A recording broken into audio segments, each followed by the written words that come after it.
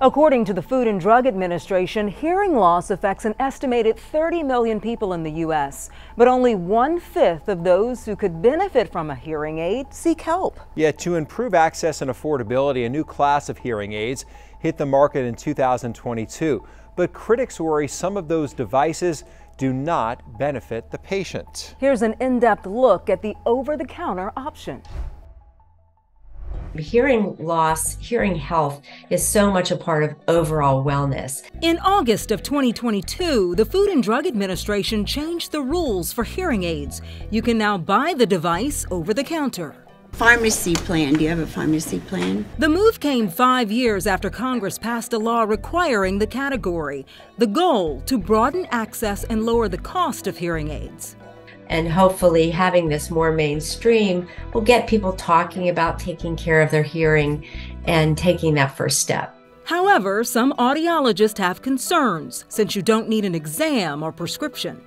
When people have a more moderate to severe degree of hearing loss, hearing aids alone, particularly something that just amplifies everything, may end up not being as helpful. Dr. Jan Lowles, an audiologist in Alabama, stresses over-the-counter hearing aids are for people 18 and older who have mild to moderate hearing loss. Meaning that they may just need a little extra volume for television or maybe a little boost to a soft voice.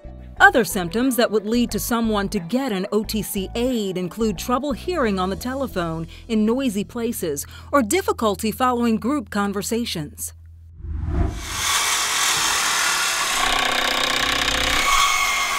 But if you have trouble hearing loud sounds like power tools or conversations in quiet environments, the FDA recommends you seek a hearing care professional.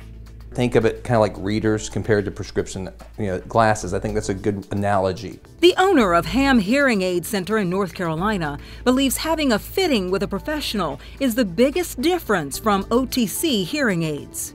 There is no recourse, there is no regulation with over-the-counter hearing aids. An individual is self-assessing, self-prescribing. So this is kind of like the Wild Wild West. Ham warns there could also be long-term consequences for ill-fitting hearing aids. They go out, they try an over-the-counter hearing device, and they go, that didn't work. Hearing aids don't work.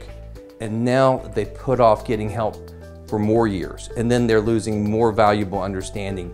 Their quality of life suffers. Research published in the Journal of the American Medical Association in April of 2023 found self-fitting hearing aids were as effective as audiologist-fitted devices. The study is small, following only 68 patients with mild to moderate hearing loss over 6 weeks. Researchers plan to report an update after several months. Be excited about the potential, but also be cautious. Despite concerns, many feel OTC hearing aids can help millions of people suffering from hearing loss. If you're considering hearing aids, the FDA has an article online that highlights some common technologies and terms. It's also where you can report an issue with an OTC device. You can find it under the Consumer Updates tab on fda.gov. The FDA also states hearing aids may reduce the frequency or severity of cognitive decline and depression. A separate December 2022 study published in the Journal of the American Medical Association agrees. Researchers in Singapore found the use of a hearing aid led to a 19% reduction in long-term cognitive decline. The study also found in the short term, using hearing aids was associated with a slight increase in cognitive test scores.